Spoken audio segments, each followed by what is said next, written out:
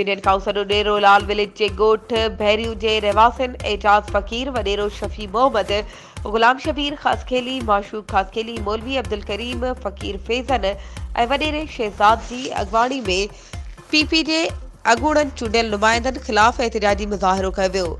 ॻोठाणनि एहतिजाज कंदे दायो आहे त 15 सालनि खां संदन ॻोठ खे बुनियादी सहूलियतुनि खां महरूम रखियो वियो आहे।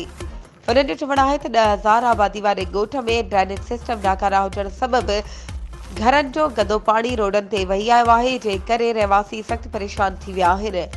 उन्हनि दाहींदे ॿुधायो त 15 सालनि खां मखदूम ख़ानदान खे वोट कंदा पिया अचनि, पोइ बि संदन ॻोठ खे बिजली समेत ॿियनि बुनियादी सहूलियतुनि खां महरूम रखियो वियो आहे।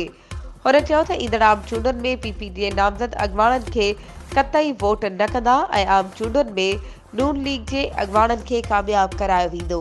वधीक ख़बरुनि ऐं अपडेट्स जे लाइ असांजे चैनल खे सब्सक्राइब कयो ऐं हा, बेल आइकन खे प्रेस करणु न विसारिजो त जीअं असांजी हर नई अचण वारी वीडियो तव्हां ताईं पहुची सघे।